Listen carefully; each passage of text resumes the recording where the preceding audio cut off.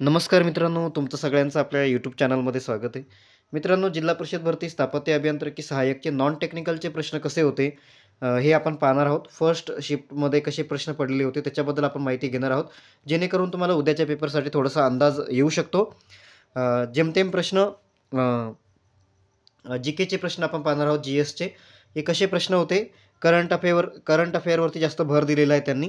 तर चला बघूया कसे प्रश्न होतो. त्या अगोदर एका मित्रानं मला WhatsAppवरती पाठवलं, "सर, आज 23 डिसेंबर 2023 झेडपीचा स्थापत्य अभियांत्रिकी सहाय्यकचा पेपर झाला. तुम्ही दिलेले PDF व YouTube प्रश्नोत्तरचा खूप जास्त फायदा झाला. शेवटच्या 4-5 दिवसात मी व्हिडिओ आणि PDF बघितले होते, तरीसुद्धा त्याचा खरंच फायदा झाला. वीट, दरवाजा, सर्वे, निविदा, एस्टिमेट, स्टील, लोखंड, इमारत बांधकाम यावरच प्रश्न होते. अवांतर विचारलं गेलं नाही. खूप खूप धन्यवाद सर, आमच्यासाठी तुम्ही एवढी महत्त्वाची मेहनत घेतली." धन्यवाद मित्र. कुठेतरी आपण जी मेहनत घेतली सगळ्यांनीच, मी व्हिडिओ बनवले, तुम्ही पाहिले, सगळ्यांनीच मेहनत घेतली. तर थोडंसं काय होईना काय म्हणतात, काहीतरी म्हण आहे, फूल नाही तर कमीत कमी फुलाची पाकळी का होईना, एवढी मेहनत आपण केलेली त्याचा थोडासा का होईना फायदा झालेला आहे मित्रांनो. तर धन्यवाद मित्र.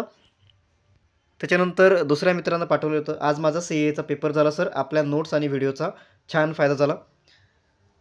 अशा पद्धतीनं सुद्धा थोडंसं बरं वाटतं मित्रांनो, की काहीतरी फायदा झालेला आहे आपल्या व्हिडिओचा. चांगल्या पद्धतीनं फायदा झाला असेल. टेस्ट सीरीजमध्ये सुद्धा प्रश्न आलेले होते, तेही लक्षात ठेवा. टेस्ट सीरीजसुद्धा बघून घ्या मित्रांनो. त्याच्यानंतर बघा, GSचे प्रश्न कसे आलेले होते त्याचं आपण एकदा बघूया.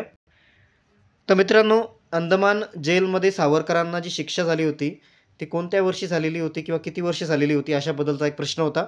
लेक लाडकी योजना महाराष्ट्र शासनाची, त्याची रक्कम किती असते किंवा किती भेटते, अशाबद्दलचा एक प्रश्न होता. ग्राम सचिवालय स्वयंसेवक योजना चं कोणतं राज्य आहे, असा एक प्रश्न होता. भारतीय उद्योगाचे वर्गीकरण किती भागात होते, अशा पद्धतीचा एक प्रश्न विचारण्यात आलेला होता. कोणता पर्वत भारतात नाही, अशा पद्धतीचा एक प्रश्न होता. त्याच्यानंतर पहा, 1971 बद्दल काहीतरी भारत आणि बांगलादेशबद्दल विचारण्यात आलेलं होतं. 1971मध्ये मला वाटतं युद्ध वगैरे काहीतरी असेल.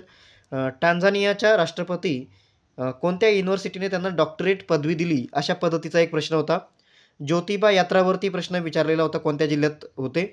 मालदीवसोबत कोणता काँग्रेसी व्यक्ती होता, अशा पद्धतीचा काहीतरी प्रश्न होता. जास्त माहिती नाही मिळाली. जी माहिती मिळाली तीच मी तुमच्यापर्यंत सांगण्याचा प्रयत्न करतोय. त्याच्यानंतर संरक्षण करार विचारला होता, कोणत्या देशासोबत झाला. त्याच्यानंतर कृषीवरती काहीतरी प्रश्न होता, फुल फॉर्म विचारलेला होता त्याचा. रेख आधुनिक करण्याचा उद्देश काय असतो, असा एक प्रश्न होता. त्यानंतर जिल्ह्यावरती प्रश्न पडलेला होता. समजा ज्या जिल्ह्यात फॉर्म भरला असेल त्या जिल्ह्यावरती प्रश्न पडलेला होता, किंवा तुम्ही जिथं पेपर द्यायला जातात त्या जिल्ह्यावरती सुद्धा प्रश्न पडू शकतात. तर दोन्ही सुद्धा करून जा मित्रांनो. जिल्ह्यावरती सुद्धा प्रश्न पडू शकतो, किंवा ज्या जिल्ह्यात तुम्ही फॉर्म भरलेला आहे, जिथं तुम्ही पेपर द्यायला जात आहेत त्या जिल्ह्यावर सुद्धा प्रश्न पडू शकतो. तर जालनाच्या उत्तरेचा जिल्हा विचारलेला होता.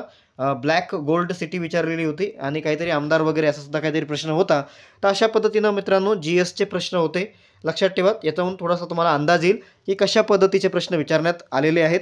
तर थोडीशी उद्याच्या पेपरसाठी चांगली तयारी करा, जेवढी होईल तेवढी. तर उद्याच्या पेपरसाठी सगळ्यांना मित्रांनो बेस्ट ऑफ लक. उद्याचा पेपर चांगला सोडवा. नक्कीच तुम्हाला चांगला फायदा होईल आपल्या व्हिडिओंचा सुद्धा. थोडंसं बिल्डिंग मटेरियल जास्त पाहून जा, त्याच्यावरती जास्त प्रश्न पडत आहेत. पेंटिंग वगैरे याच्यावरती सुद्धा जास्त प्रश्न पडत आहेत. उद्या काय माहीत, उद्या पॅटर्न तुम्हाला बदलू सुद्धा शकतं, काही सांगता येत नाही. पण जो पेपर आहे मित्रांनो, जो अभ्यासक्रम दिलेला होता त्याच्या बाहेर ते जात नाही आहे, हे लक्षात ठेवा. सुधारित अभ्यासक्रमानुसारच ते विचारत आहे.